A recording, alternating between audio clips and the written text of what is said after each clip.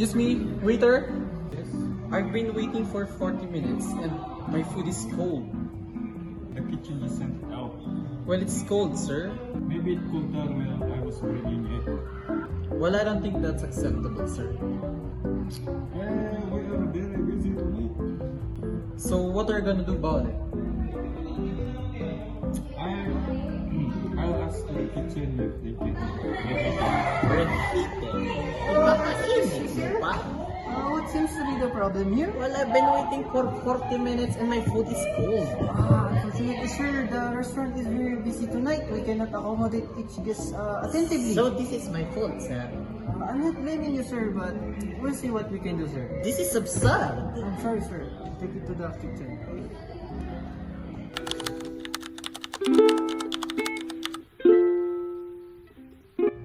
Excuse me, ma'am. Here is your mushroom cream soup.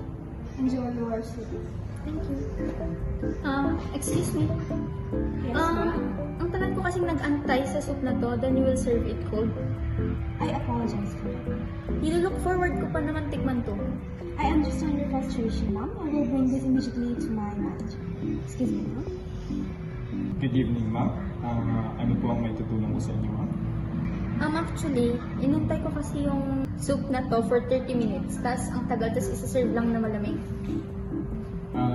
Naiintindihan po namin, ma'am, and marami po kasing tao ngayon. Papalitan na lang po namin yung pagkain ninyo. Okay na po ba yun, ma'am? Yes, how long will it take? Approximately 10 minutes po. Tapos na ito, ma'am. Okay. Kunin ko po yung food niyo. And we will serve this hot and fresh, ma'am.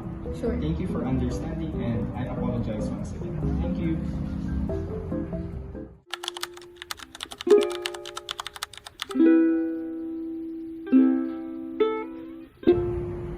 Excuse me, ma'am. Here is your soup. Thank you. Excuse me? Yes, ma'am. Ang tagal-tagal kong naghintay, tapos ito lang yung serve niyo. Ang lamig talaga. I'm truly sorry, ma'am. Thank you for bringing it to my attention. Excited pa naman akong itry itong dish na to eh. We understand your disappointment. Please allow me to involve our manager to resolve this immediately. Good evening, ma'am. I am the manager of this restaurant. I would like to sincerely apologize for the delay of your dish and for not meeting our standards. I appreciate that.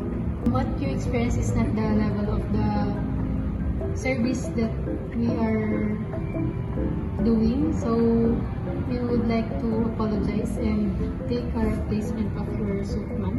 We will prepare it immediately and prioritize your order, ma'am. But for that, let me take this, ma'am. And we will offer you a complimentary beverage.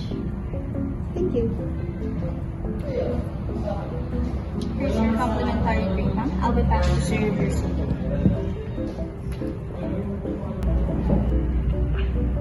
Here is your soup, ma'am. I will return to ensure everything is satisfactory. Thank you. Good evening, ma'am. How is your meal? Much better. The food is excellent. Thank you, ma'am. We really appreciate. We looking forward to seeing you again. Thank you for taking care of the situation. Food is cold.